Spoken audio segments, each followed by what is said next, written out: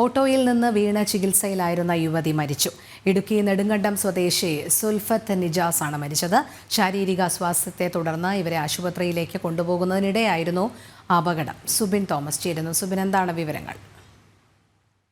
31-ാം തീയതിയാണ് ഇത്തരത്തിലൊരു അപകടം നടന്നത്. ശാരീരിക അസ്വസ്ഥതയെ തുടർന്നാണ് സുൽഫത്തിനെ ആശുപത്രിയിലേക്ക് കൊണ്ടുപോകുന്നത്. ഇതിനിടെ ഈ ഓട്ടോയിൽ നിന്നും സുൽഫത്തിനെ ശബ്ദിക്കാൻ തോന്നുകയും ഈ പുറത്തേക്ക് തലയിടുകയും അതും തലയിട്ട വഴിക്ക് വീഴ്ച വാഹനത്തിൽ സുൽഫത്ത് പുറത്തേക്ക് വീഴുകയായിരുന്നു എന്നുള്ളതാണ് നമുക്ക് മനസ്സിലാക്കാൻ സാധിക്കുന്നത്. CCTV ദൃശ്യങ്ങളിലും ഇത് തന്നെയാണ് വ്യക്തമാകുന്നത്.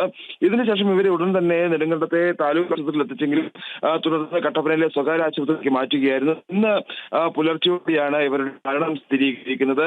ഈ ഓട്ടോയിൽ നിന്ന് വീണതാണോ അല്ലെങ്കിൽ ഈ ശാരീരിക അസ്വസ്ഥതകൾ മൂലം ഉണ്ടായതാണോ മരണം നടക്കുമുള്ള കാര്യങ്ങൾ പരിശോധിക്കേണ്ടതായിട്ടുണ്ട്. നിലവിൽ പോസ്റ്റ്മോർട്ടം നടപടികൾക്കായി മൃതദേഹം ഇടുക്കി മെഡിക്കൽ കോളേജ് ആശുപത്രിയിലേക്ക് മാറ്റിയിട്ടുണ്ട്. ഭർത്താവ് ഓടിച്ചിരുന്ന ഓട്ടോയിൽ നിന്നാണ് ഇവർ പുറത്തേക്ക് വീണത് എന്നുള്ളതാണ് ഏറ്റവും വേദന ഉണ്ടാക്കുന്ന ഒരു കാര്യം. ഇത്തരത്തിൽ രാവിലെ മുതൽ തന്നെ, അതായത് 31-ാം തീയതി രാവിലെ മുതൽ തന്നെ ഇവർക്ക് ശാരീരിക അസ്വസ്ഥതകൾ ഉണ്ടായത്. അതിനുശേഷം ഉച്ചയോടു കൂടിയാണ് ഇവരെ ആശുപത്രിയിലേക്ക് കൊണ്ടുപോകുന്നത്.